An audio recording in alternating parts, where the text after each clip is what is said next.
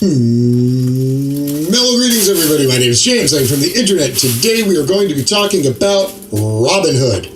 Now, we are not going to be talking about the animated fox in the Disney movie or Carrie Eloise in tights acting witty. Not that Robin Hood. The financial trading app that has been at the center of all of this madness.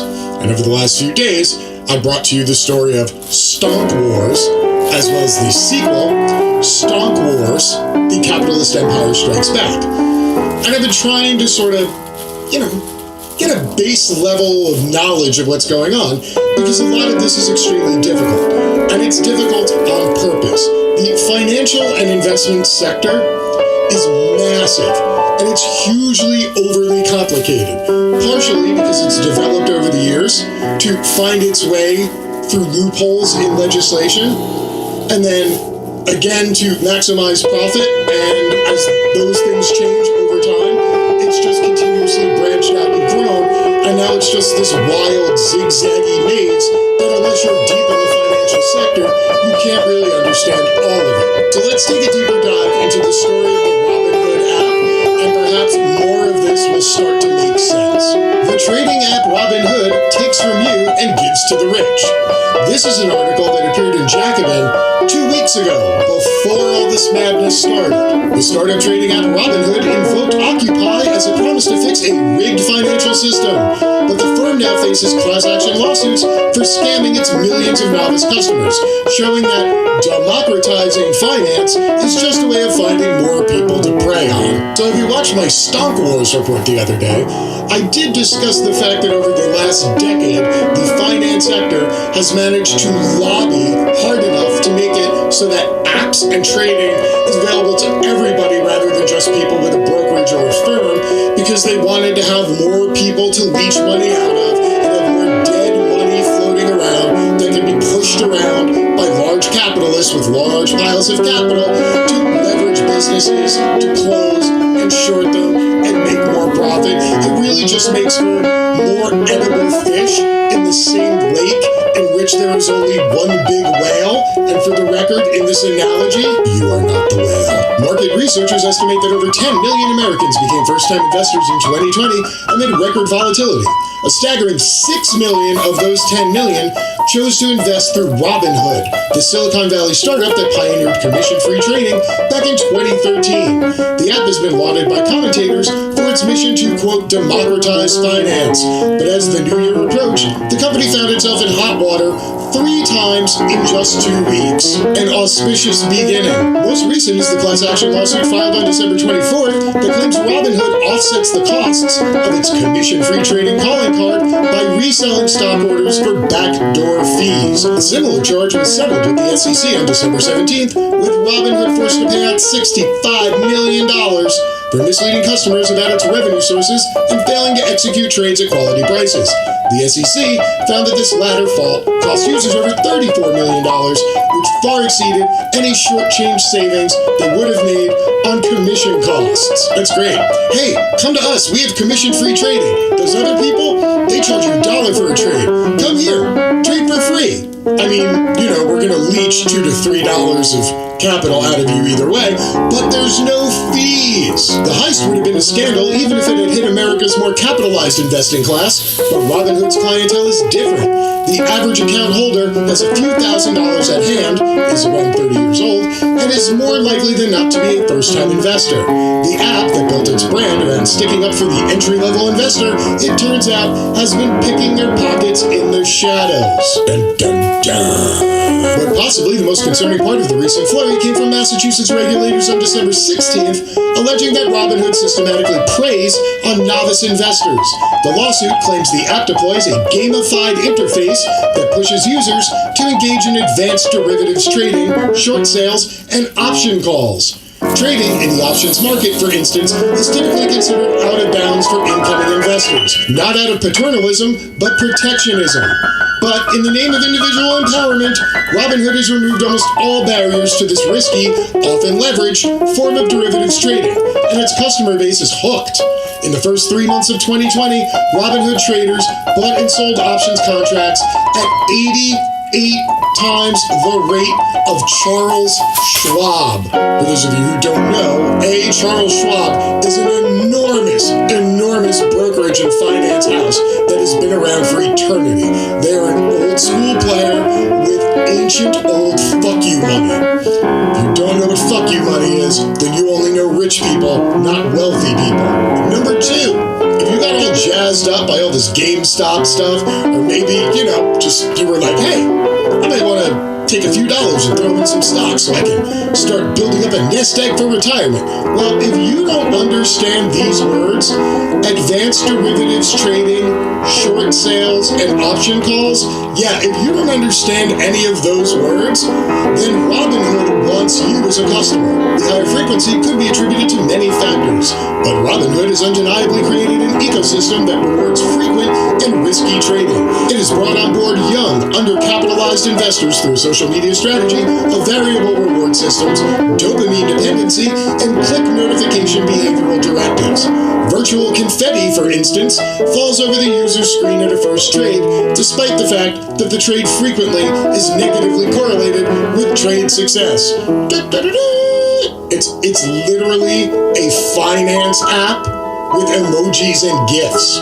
It's like playing Pokemon Go with an Angry Birds overlay, only you're like getting out of work and then pumping your entire fucking paycheck into it. But the problem also runs deeper. Robinhood proclaims that democratizing finance constitutes a social good. Its argument is dependent on a neutral view of markets as a place where the average American can go to turn $1 into $2. In reality, markets are more akin to a NASCAR race. Cheating is common, and over time, the ones who win are those with the institutional backing, high-speed technology, and experience. Still, the average millennial is being told they should enter the track on a bicycle with no helmet. If you have any questions about this sort of behavior, please see any of your friends who are way into cryptocurrency. And this reminds me of a good joke. All right, ready?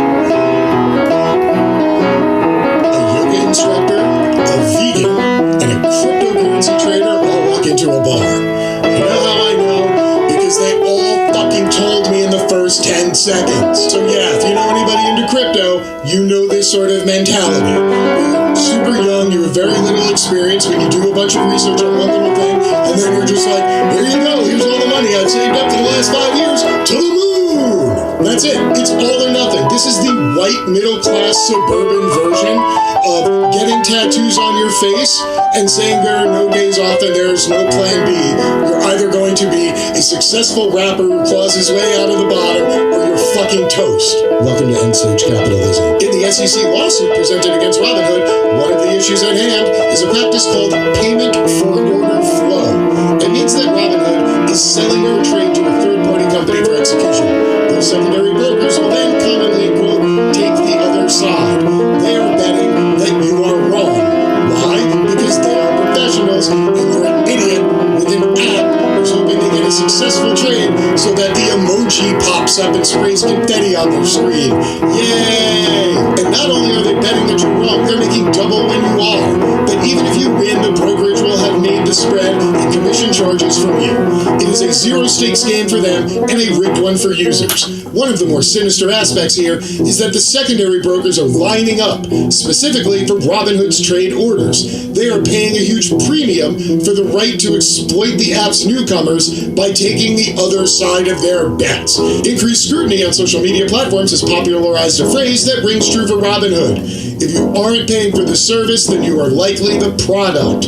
It was tech giants like Facebook and Twitter who first revolutionized the neurological genius of the casino. They took the slot machine, made it into a social network.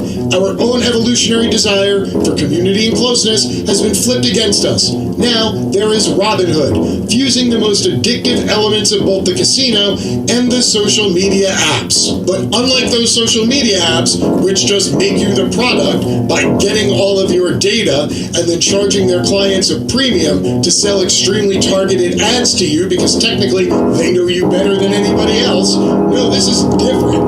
Robinhood gets all of that, and they also suck your paycheck out of your wallet at the same time. Gotta hand it to them. That's a great double dip grift there. So now that you have a better idea of who Robinhood is and exactly what they do, let's get you up to speed with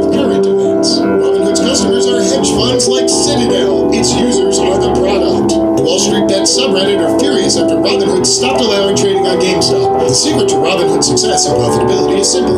Payment for order flow. To ensure trades are commission-free, trades are sold to market makers or large firms such as Citadel Securities, Robinhood's largest customer, which tried to bail out Melvin Capital after its GameStop shorts costed billions.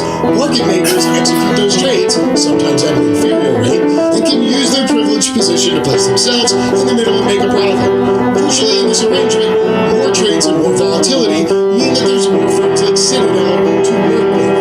Market makers like Citadel are supposed to be honest dealers that set the best price for orders, whether they internalize the order themselves or send it to market. Unfortunately, Citadel has not always done this. In 2017, the SEC fined Citadel $22 million because its algorithms were screwing the retail investors whose order flows it was purchasing.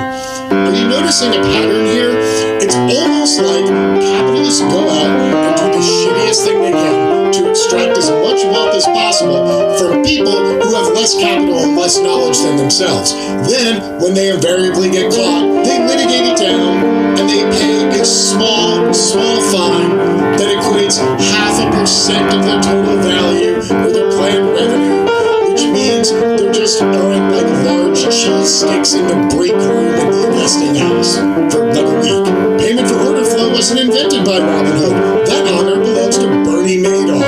But the company's technique differs from others who use it in the industry in that it charges a percentage of the order spread. In 2020, payment of order flow has made the company a killing. For the first quarter, it accounted for $90 million in revenue for the company. By the second, it doubled to $180 million. Payment for order flow is a wonderful system that makes a lot of money for everyone involved except for the consumer. Whoa. Giant Wall Street institutions like Citadel will suicide bomb their own business models to protect the real powers from the consequences of the internal contradictions. When a system approaches a terminal crisis, its institutions will break their own rules to suppress elements that threaten the system's continued viability. That's what's happening here. This specific episode may be over in a week or two, but it's a symptom of something very ominous. Now, have you been watching stories about this on the news? One of the frequent faux outrage surprise things that financial experts who are guessing old issues come out and say is, oh, this is an aberration. This is the market working in a way it's not supposed to. This should never have happened. This will never happen again. This happens all the time. If you have any questions, please see what happened the last time somebody tried to overshort a stock like, I don't know, Volkswagen, and its value went up, 9,000% in a day. Yeah, this happens anytime somebody gets caught with their ass hanging out, and then all the financial experts and all the institutions go, oh, this is just an aberration. Don't worry, we're going to investigate it, make sure this sort of thing never happens again. And then they just come up with even more ingenious ways to fuck you while enriching themselves. Lather, rinse, repeat. So, now that the pit bosses come over for the casino masters and, shut down the hot streak to make sure that the house always wins, people are outraged and they're flipping out and screaming that Robinhood is the toilet of their eggs. However, it turns out that being vengeful against Robinhood may even make you more of a loser and them more of a winner. Robinhood users who flipped out about restricted trading really should read this. There's been a significant degree of wailing and gnashing of teeth over the popular stock trading platform Robinhood's decision to pause transactions Thursday involving two key stocks. The move was connected to the Reddit community's inflation of the stock price of the retail store GameStop to astronomical levels and its subsequent targeting of the movie theater AMC. Robinhood said its decision was a risk management decision that was not made on the direction of market makers we route to. Like those fine people at Citadel we were just reading about. The move by the private platform should not be a surprise given the site's own user contract, which everyone should have read when they signed up to the service. Quote, restrictions on trading. I understand that Robinhood may, in its discretion, prohibit or restrict the trading of securities or the substitution of securities in any of my accounts.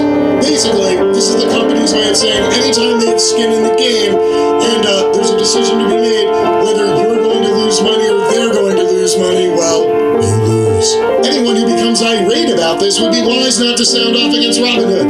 That's because the contract also says, further, Robin Hood will not tolerate any foul or abusive language, physical violence, threatening behavior, or other inappropriate conduct directed towards Robin Hood, its affiliates, officers, employees, contractors, or customers. If I engage in any such behavior, as determined by Robin Hood in its sole discretion, I agree that Robin Hood is authorized to liquidate any securities, send me the proceeds, and then shut down my account. Robin Hood will not be responsible for any losses caused by the liquidation of those securities. Damn. Oh crap. All of these clauses make it rather clear that Robin Hood was within its contractual rights to shut down parts of its service. Now, yes, there has already been one class action lawsuit filed. I'm sure there are going to be other lawsuits, more investigations, maybe even some congressional hearings. But it would appear that Robin Hood legally protected its ass and did as much as it could to make as much money as it could for its large investors while fucking over the rest of its users. Not very Robin Hood, but peak on brand for what appears to be an off-the-rails year. Yeah, 2020 wasn't bad enough. Y'all better buckle up, because we're only like 4 weeks in, and shit is crazy already. Until next time, my name is James. I am from the internet, and I am out. Peace. Something extraordinary happened this week on the stock market. A David and Goliath tale of wealthy traders versus internet chat rooms. Hold. They cannot beat the internet. Of small investors on smartphones taking on Wall Street sharks and winning. It revolved primarily around GameStop, a video games retailer struggling to modernize. Its stocks were steadily falling, the firm on the brink of collapse. Big Wall Street investors did what they often do when companies are failing. They bet against GameStop, setting themselves up to make millions when it went under. So far, so normal. But in the chat rooms of Reddit, small traders had other ideas.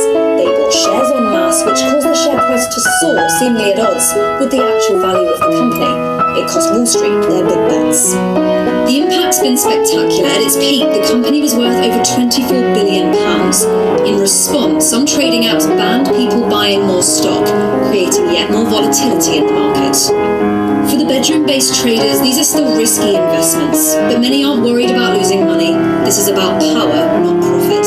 Well, it's absolutely about principle. It's about sticking it to the man. That's 100% what it's about. What was so motivating about it? Look at someone that's my age. I'm 31 years old. I graduated out of high school in 2008 in the Great Recession. So there was a lot of built-up anger and resentment towards the system. And honestly, it feels like this is a revolution. Traders being banned from more buying by platforms, uniting the fiercest of political foes. And there's an entire generation who has had their trust in government rocked, trust in Wall Street rocked.